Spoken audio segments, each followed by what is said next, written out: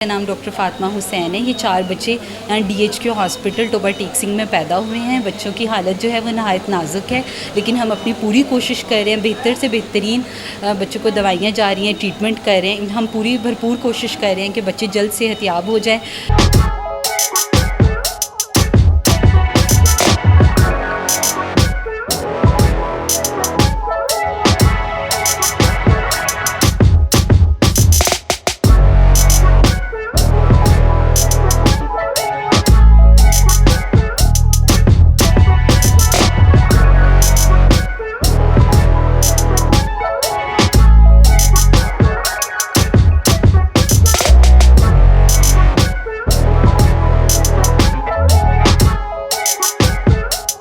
नाम डॉक्टर ताहिर है। मैं as a post graduate trainee DHQ Toba Tek Singh में काम कर रहा हूँ। बच्चे चूँकि प्री टर्म हैं और नॉर्मल वजाइनल से पैदा हुए हैं और 28+ वीक पे इनकी बर्थ हुई है।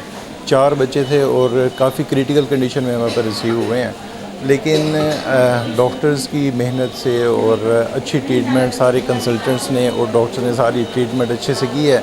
बच्चे अब बेहतरी की तरफ जा रहे हैं, तो हम अब बेहतर से बेहतर इलाज की मेहनत करते रहेंगे। अल्लाह ताला इन्हें शिफा दें।